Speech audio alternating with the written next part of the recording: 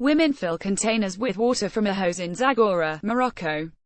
Experts blame poor choices in agriculture, population growth and climate change for water shortages.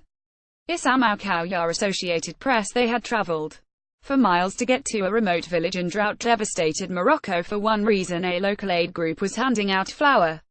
The North African nation is in the grip of a severe drought, which is having a devastating effect on agriculture.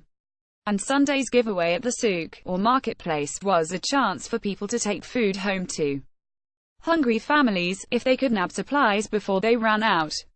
Videos and photos from the scene in Sidi Boulalam showed a press of people crowding the marketplace with no place to move. It's unclear what sparked a sudden stampede, but by the end, 15 people had been killed and many injured, a disaster in a small town sparked by a larger, ongoing disaster in the nation. A witness told Sky News that there were several hundred people at the annual charitable distribution. People shoved, they broke down the barriers, the witness said. The local authorities on the spot were overwhelmed. Even when there were people on the ground, people kept fighting for food.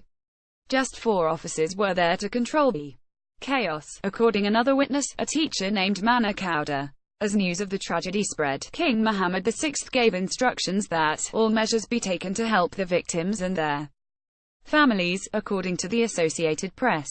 Mohammed will pay the cost of hospitalizing the injured and burying the dead. The Moroccan government has long been searching for answers to the country's drought, which has decimated 2 straight harvests. Last year, wheat and barley production in Morocco was at its lowest level in a decade, according to World Grain, an industry magazine. The shortage was due to inadequate rainfall during the planting season, and the shortage of rain during the critical months of February and March. Wheat is a staple in Morocco and elsewhere in North Africa, according to the magazine. The average Moroccan consumes more than 440 pounds of wheat every year, one of the highest per capita rates in the world. The country irrigates only about 10% of its land, leaving it susceptible to Mother Nature's whims. Last year, during earlier stages of the drought, the king tried an age-old practice in a bid to save Morocco's crops. Prayer. On 2 Fridays in January, he led national rain prayers after normal worship ended.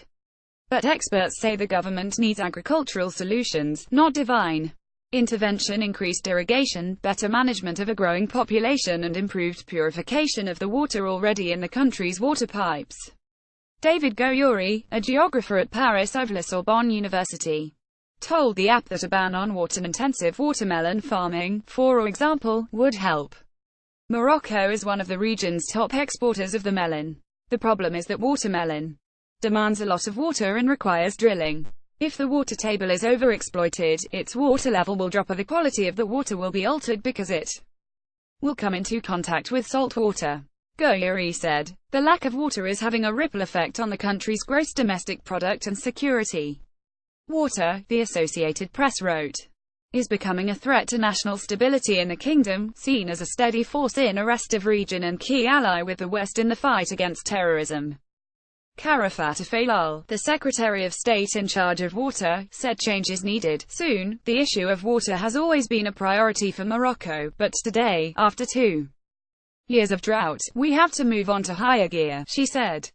Read more. My sons love hunting, I don't. Trump's soft spot for elephants. White lawmaker warns black attorney she may go missing if Confederate statues are threatened to rescind goodwill ambassador appointment of Zimbabwe's Robert Mugabe. A violent psychopath escaped in Hawaii and flew to California, then got caught after hailing a cab.